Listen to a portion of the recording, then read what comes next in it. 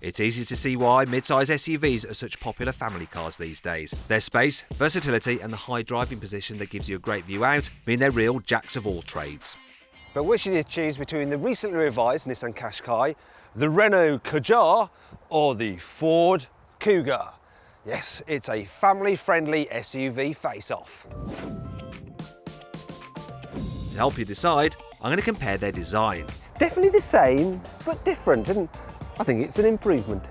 See what they're like to drive. It's firmer in terms of the suspension, so it's more bouncy over bumps. And find out how spacious they are. Knee room's good, headroom's good, even with this glass roof fitted. But first of all, let's look at how much they cost. The Ford Kuga starts from just over £23,000, the Nissan Qashqai from just under £22,000, but the Kadjar is the cheapest of the lot. It starts at less than £20,000. Those are the list prices though. What matters is how much you'll actually pay at the dealer. If you buy through carwow, you can save an average of £4,700 on the Ford, £4,300 on the Nissan and £3,700 on the Renault. So it's still the cheapest.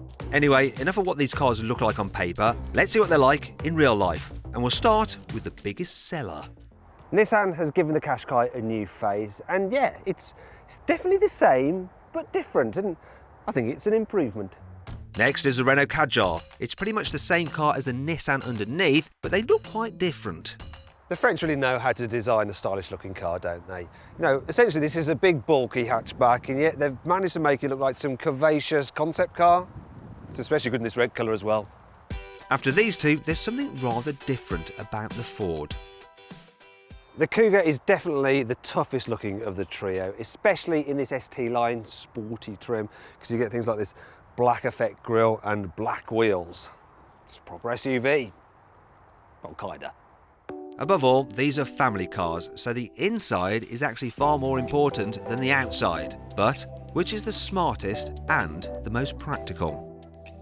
As part of the midlife facelift, Nissan has given the Qashqai some tweaks inside. Most notable is this, the new steering wheel, which is very, very nice. It's even got a sporty flat bottom as well. The rest of the design is very, very similar to before, and quality's good. I just don't like the look of it much. There's something about it, and maybe it's the way they put the vents up there. It kind of looks a bit bulbous, as though a dash has tried to consume another dash.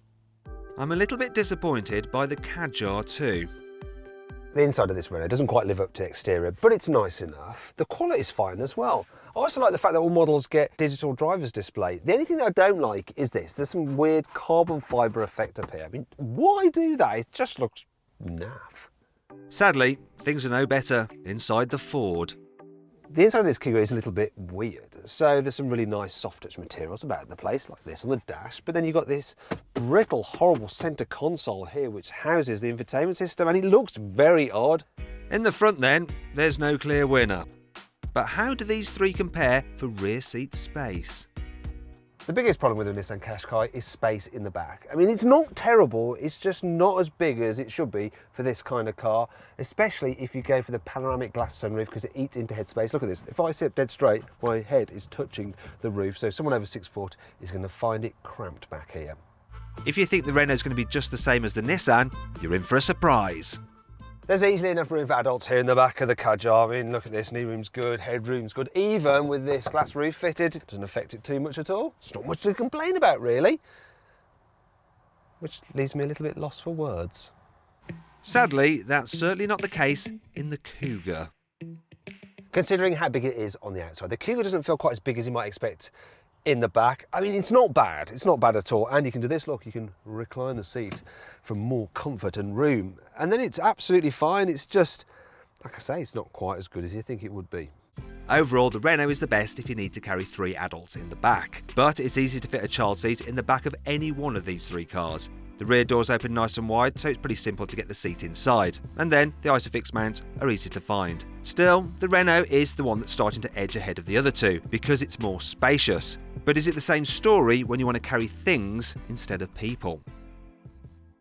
The Nissan's boot has some clever functionality, such as these dividers you can flip over. This side is wipe clean, so if you've got a dog, that's handy, and then you can split it like that if you want to. I also like the fact that, oh gosh, that you can fit the parcel shelf under there to hide it away when you're loading the boot up full. But that brings me on to the problem. the space here is a little bit on the small side. It's not much bigger than the boot you get on a Volkswagen Golf. Again, there are some crucial differences between the Nissan and the Renault.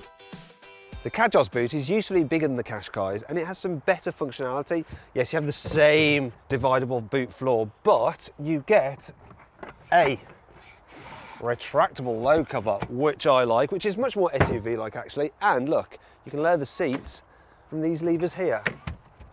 Ta-da! There are some clever features on the Kuga too. You can get the Kuga with hands-free boot opening, and the good thing is that it works every single time. I've never experienced that on a car before. Normally they're a bit hit and miss, but this one's good. I also like the fact you get a proper retractable parcel shelf, like you should do in an SUV. The only thing is though, look at this, right? While the boot is a decent enough size, if I fold the seats down, I realise I have to go all the way around here. Round here to do it. And when you do it, there's a big ridge in the floor there. One saving grace is that the Ford has the biggest boot when you fold the rear seats down. But if you leave all the seats upright, the Kuga actually comes out last for boot space. The Nissan has almost 25 litres more and the Renault has another 40 litres on top of that. So that means the Kadjar is the most stylish and the most practical. But which is the best to drive?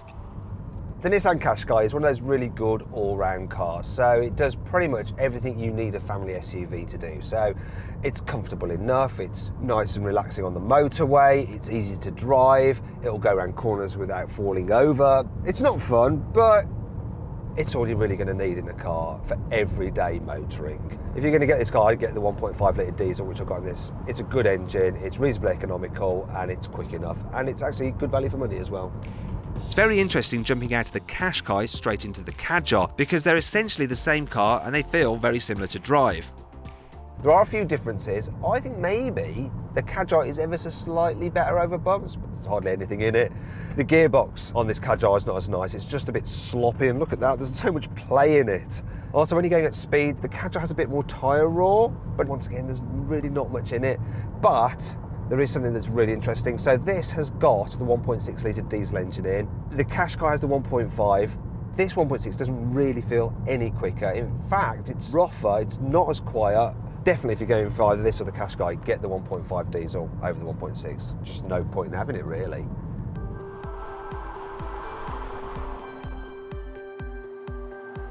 Now I was expecting the Kuga to be the nicest car to drive of the bunch because Fords usually have this brilliant blend of comfort and handling, but bizarrely it's not. It's firmer in terms of the suspension, so it's more bouncy over bumps.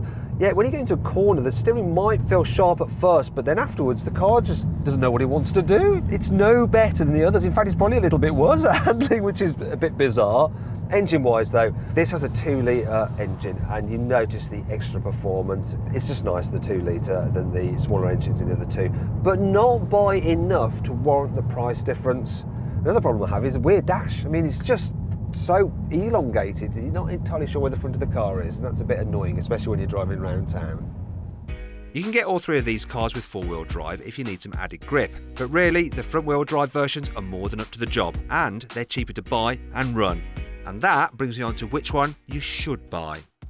Well, the Ford Kuga, it's a decent enough car. It's just not as good as the Nissan Qashqai, but the Nissan's problem is the Renault Kadjar because it's essentially the same car, only it's slightly more practical and cheaper to buy, and that's why it wins this test.